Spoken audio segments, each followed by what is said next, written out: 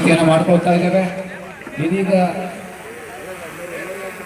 ಕನ್ನಡ ತಾಯಿ ಭುವನೇಶ್ವರಿಗೆ ನಡೀತಾ ಇದೆ. ಪೂಜಾ ಕಾರ್ಯಕ್ರಮದ ನಂತರ ತಾಯಿ ಭುವನೇಶ್ವರಿಯ ಭಾವಚಿತ್ರಕ್ಕೆ ಮಾಲಾರ್ಪಣೆಯನ್ನ ಮಾಡಲಾಗುತ್ತೆ. ಈ ಒಂದು ಕಾರ್ಯಕ್ರಮದಲ್ಲಿ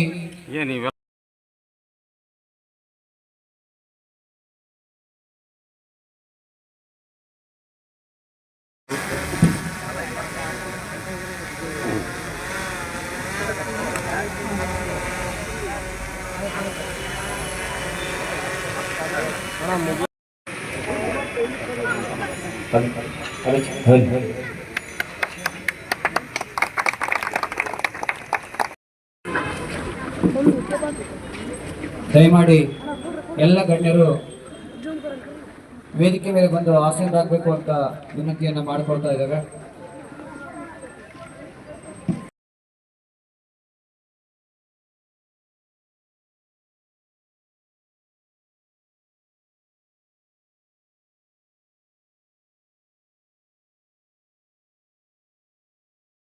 ಹೆಮ್ಮೆಯಿಂದ ಆಚರಣೆ ಮಾಡಿಕೊಳ್ತಕ್ಕಂಥ ದಿನ ಇವತ್ತು. ಅನೇಕ ಜನ ಇವತ್ತ ಕನ್ನಡ ರಾಜ್ಯೋತ್ಸವದಲ್ಲಿ ಅನೇಕ ಹೋರಾಟಗಾರರು, ಸಾಹಿತಿಗಳು, ಆಡಳಿತಗಾರರು ಕನ್ನಡಕ್ಕಾಗಿ ಶ್ರಮಿಸಿದಂಥ ಇತಿಹಾಸ ಇದೆ. ಕನ್ನಡ ಅಂತ ಬಂದಾಗ ಇವತ್ತ ಭಾಳಷ್ಟು ಮಂದಿ ಪ್ರತಿಭಾ ಪುರಸ್ಕಾರ ಪಡೆದಂಥ ಇತಿಹಾಸಗಾರರನ್ನು ನೆನಪಿಸಿಕೊಳ್ತಕ್ಕಂಥದ್ದು ಇವತ್ತು ನಾವು. ಕನ್ನಡಕ್ಕಾಗಿ ಹೋರಾಡಿದಂಥವರು ಗುದ್ಯಪ್ಪ ಹುಲ್ಲಿಕೇರಿ ಅಂತವರು, ಸಿದ್ದಪ್ಪ ಕಾಂಬ್ಳೆ, RS ದೇಶಪಾಂಡೆ ಅಂತವರು, ರಂಗರಾವ್ ದಿವಾಕರ್, ಶ್ರೀನಿವಾಸರಾವ್ ಮಂಗಳವಾಡೆ, ಕೆಂಗಲ್ ಹನುಮಂತಯ್ಯ, ಗೊರೂರು ಸ್ವಾಮಿಯ Ramaswamy Iyengar, S Nijalingappa, T Mariyappa, ಸೌಕಾರ್ Chennaiah, HK Veerannagowda, SC Dasappa, SC Siddaiah ಹಾಗೂ ಸಾಹಿತಿಗಳಾದ ಅನೇಕ ಕೃಷ್ಣರಾಯರನ್ನಲ್ಲದೆ ಉದಯವಾಗಿರುವ ನಮ್ಮ ಕನ್ನಡ ನಾಡಿನ ಅನೇಕ ಸಾಹಿತಿಗಳನ್ನು ಕೂಡ ಇವತ್ತು ನೆನೆಸಿಕೊಂಡು ಪ್ರತಿಯೊಬ್ಬರು ನಾವು ಕನ್ನಡವನ್ನು ಅಳವಡಿಸಿಕೊಂಡು ಕನ್ನಡವನ್ನು ಉಳಿಸ್ತಕ್ಕಂಥದ್ದಕ್ಕೆ ನಾವೆಲ್ಲರೂ ಪಣವನ್ನು ತೊಟ್ಟಿರ್ತಕ್ಕಂಥದ್ದು. ಅಲ್ಲಲ್ಲಿ ಗಡಿ ಭಾಗ ಅಂತ ಬಂದಾಗ, ಬೆಳಗಾವಿ ಕಡೆ ಭಾಗದಲ್ಲಿ ಬಂದಾಗ ಅಲ್ಲಿ ಕೂಡ ಒಂದು ಪುಂಡರಾವಳಿ ಇವತ್ತಿಗೂ ಕೂಡ ನಾವು ನೋಡ್ತಾ ಇದ್ದೀವಿ. MES ದವರು ಇವತ್ತಿಗೂ ಕೂಡ ಅಲ್ಲಿ ಕಪ್ಪು ಬಟ್ಟೆ ಕಟ್ಟಿ ಹೋರಾಟ ಮಾಡ್ತಕ್ಕಂಥದ್ದು, ಬೆಳಗಾವ ಗಡಿಯನ್ನು ಶಾಂತಿ ಕದಲ್ತಕ್ಕಂಥದ್ದು, ಅಲ್ಲಿ ಅನೇಕ ಆಗಾಗ ಘಟನೆಗಳು ನಡೀತಕ್ಕಂಥ ಸಂದರ್ಭದಲ್ಲಿ ಭಾಳಷ್ಟು ಹೋರಾಟಕ್ಕೆ ಮುಂಚೂಣಿಯಲ್ಲಿರ್ತಕ್ಕಂಥದ್ದೇ ನಮ್ಮ ಕರ್ನಾಟಕ ರಾಜ್ಯೋತ್ಸವ, ಕನ್ನಡ ಚಳವಳಿ, ಈ ರೀತಿ ಅನೇಕ ಕರ್ನಾಟಕ ರಕ್ಷಣೆ ವೇದಿಕೆ ಮತ್ತು ಇದರಲ್ಲಿ ಬಣಗಳು ಕೂಡ ಭಾಳಷ್ಟುಗಳು ಅದಾವೆ. ಮುತ್ತಪ್ಪರಾಯ ಬಣ ಅಂತ ಇದೆ, ನಾರಾಯಣಗೌಡರ ಬಣ ಇದೆ. ಈ ರೀತಿ ಅನೇಕ ಬಣಗಳನ್ನು ಕೂಡ ಕಟ್ಕೊಂಡು ಇವತ್ತ ನಮ್ಮ ಭಾಗದವರೇ ಕಟ್ಟಿರ್ತಕ್ಕಂಥ ಬಸವರಾಜ್ ಪಡ್ಕೋಟೆ ಅಂತವರು ಬಣಗಳಿದಾವೆ. ಈ ರೀತಿ ಅನೇಕ ಬಣಗಳನ್ನು ಕಟ್ಟಿ ಇವತ್ತ ಕನ್ನಡಕ್ಕಾಗಿ ಹೋರಾಟ ಮಾಡ್ತಕ್ಕಂಥವ್ರನ್ನ ನಾವು ನೋಡ್ತಾ ಇದ್ದೀವಿ.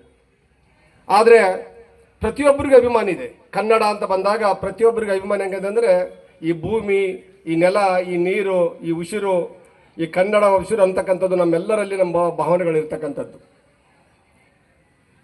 ಇಂಥದ್ರಲ್ಲಿ ಇವತ್ತು ನಾವು ಬೆಳಗಾವದಲ್ಲಿ ಸಮಸ್ಯೆಗಳು ಬಂದಾಗ ಇಡೀ ರಾಜ್ಯ ಒಕ್ಕಟ್ಟಾಗಿ ಹೋರಾಟವನ್ನು ಮಾಡ್ತಾ ಇದ್ದೀವಿ. ನಾವು ಏನಾದರೂ ಕೊಡ್ತೀವಿ, ನಮ್ಮ ಜೀವ ಆದರೂ ಕೊಡ್ತೀವಿ, ನಮ್ಮ ಮೈಯನ್ನು ರಕ್ತ ಆದರೂ ಕೊಡ್ತೀವಿ, ಆದರೆ ನಮ್ಮ ಕನ್ನಡ ನಾಡಿನ ಒಂದು ಇಂಚು ಜಾಗ ಕೂಡ ಬಿಟ್ಟುಕೊಡಲ್ಲ ಅಂತಕ್ಕಂಥ ಹೋರಾಟ ಇವತ್ತಿಗೂ ನಾವು ನೋಡ್ತಾ ಇದ್ದೀವಿ. ಇರಬೇಕು, ಮನುಷ್ಯನಿಗೆ ಅಭಿಮಾನ ಇದ್ದಾಗ ಮಾತ್ರ ನಾವು ಅನೇಕ ಹೋರಾಟ ಮಾಡ್ಕೊಂಬಂದಂಥ ಇವ್ರನ್ನ ನೆನೆಸಿಕೊಂಡು ಕನ್ನಡ ರಾಜ್ಯೋತ್ಸವವನ್ನು ಮಾಡ್ತಕ್ಕಂಥದ್ದಕ್ಕೆ ಸಾರ್ಥಕ ಆಗುತ್ತೆ. ಕನ್ನಡಕ್ಕಾಗಿ ಹಲವಾರು ಹೋರಾಟದ ಫಲವಾಗಿ ನಾವು ಕರ್ನಾಟಕದ ಏಕೀಕರಣದ ಸಂದರ್ಭದಲ್ಲಿ ಹಲವಾರು ಕನ್ನಡ ಪರ ಹೋರಾಟಗಾರರು, ಚಳವಳಿಗಾರರು ಇವತ್ತು ಕನ್ನಡ ನೆಲ ಜಲ ರಕ್ಷಣೆಗಾಗಿ ಹೋರಾಟವನ್ನು ಮಾಡಿದಂಥ ಮಹನೀಯರನ್ನು ಕೂಡ ಇಲ್ಲಿ ನಾವೆಲ್ಲರೂ ಸ್ಮರಣೆಯನ್ನು ಮಾಡಿಕೊಳ್ಬೇಕಾಗತ್ತೆ. ಇವತ್ತು ನಮ್ಮ ಕರ್ನಾಟಕ ಸೇನೆ ಅಂತ ಬಂದಾಗ ಹಲವಾರು ರಾಜ್ಯದಲ್ಲಿ ಹಲವಾರು ಜನಪರವಾಗಿರ್ತಕ್ಕಂಥ ನಾಡು ನುಡಿಯ ರಕ್ಷಣೆಗೋಸ್ಕರ ಹಲವಾರು ಜನಪರವಾಗಿರ್ತಕ್ಕಂಥ ಹೋರಾಟಗಳನ್ನು ಮಾಡ್ತಾ ಇಡೀ ರಾಜ್ಯದಲ್ಲಿ ತನ್ನದೇ ಆಗಿರ್ತಕ್ಕಂಥ ಒಂದು ವರ್ಚಸ್ಸನ್ನು ಹೊಂದಿರತಕ್ಕಂಥದ್ದು ನಮ್ಮ ಕನ್ನಡ ಸೇನೆ. ಹಾಗೆ ಕೂಡ ಲಿಂಗಸೂರಿನಲ್ಲಿ ಕೂಡ ನಮ್ಮ ಕನ್ನಡ ಸೇನೆ ತಂಡ, ನಮ್ಮ ಕರ್ನಾಟಕ ಸೇನೆ ತಂಡ ಅತ್ಯಂತ ಒಂದು ಪ್ರಾಮಾಣಿಕತೆಯಿಂದ ಇಲ್ಲಿನ ಹೋರಾಟಗಳಲ್ಲಿ ಭಾಗವಹಿಸುವ ಮೂಲಕ ಇಲ್ಲಿನ ಯಾವುದೇ ಸಮಸ್ಯೆಗಳಾದಾಗ ಆ ಸಮಸ್ಯೆಗಳನ್ನು ತೆಗೆದುಕೊಂಡು ಹೋರಾಟಗಳನ್ನು ರೂಪಿಸಿ ಇವತ್ತು ಮುಂಚೂಣಿಯಲ್ಲಿ ಇರತಕ್ಕಂಥ ಒಂದು ನಮ್ಮ ಕರ್ನಾಟಕ ಸೇನೆ ಅಂತೇಳಿ ನಾವು ಹೆಮ್ಮೆಯಿಂದ ಹೇಳಬೇಕಾಗಿತ್ತು. ಯಾಕಂದರೆ ಯಾವುದೇ ಒಂದು ಸಂದರ್ಭದಲ್ಲಿ ಸಾಮಾಜಿಕವಾಗಿ ಯಾರಿಗಾದರೂ ತೊಂದರೆ ಆದಲ್ಲಿ, ಈ ಲಿಂಗಸೂರಿನ ಹೀಗೆ ಯಾವುದಾದ್ರೂ ಅನ್ಯಾಯವಾದಲ್ಲಿ, ಏನೇ ಹೋರಾಟಗಳಿದ್ದರೆ ಅದರ ಮುಂಚೂಣಿ ನಾಯಕತ್ವವನ್ನು ತೆಗೆದುಕೊಂಡು ತನ್ನದೇ ಆಗಿರ್ತಕ್ಕಂಥ ಒಂದು ಹೋರಾಟದ ಮೂಲಕ ಛಾಪನ್ನು ಮೂಡಿಸಿರ್ತಕ್ಕಂಥವ್ರು. ಇವತ್ತು ಕನ್ನಡ ರಾಜ್ಯೋತ್ಸವದ ಅಂಗವಾಗಿ ಇವತ್ತು ಧ್ವಜಾರೋಹಣವನ್ನು ನೆರವೇರಿಸಿ ಭುವನೇಶ್ವರಿಯ ತಾಯಿಯ ಪೂಜೆಯನ್ನು ಸಲ್ಲಿಸಿ ಇವತ್ತು ಕಾರ್ಯಕ್ರಮವನ್ನು ಆಯೋಜನೆ ಮಾಡಿದ್ದಾರೆ. ಇವತ್ತು ಪ್ರತಿಯೊಬ್ಬನಲ್ಲಿ ನನ್ನ ನೆಲ, ನನ್ನ ಜಲ, ನನ್ನ ದೇಶ, ನನ್ನ ರಾಜ್ಯ ಅಂತಕ್ಕಂಥ ಅಭಿಮಾನ ಇದ್ದರೆ ಮಾತ್ರ ನಾವೆಲ್ಲ ಈ ನಾಡಿನಲ್ಲಿ ಹುಟ್ಟಿದ್ದಕ್ಕೂ ಒಂದು ಸಾರ್ಥಕತೆ ಆಗುತ್ತೆ.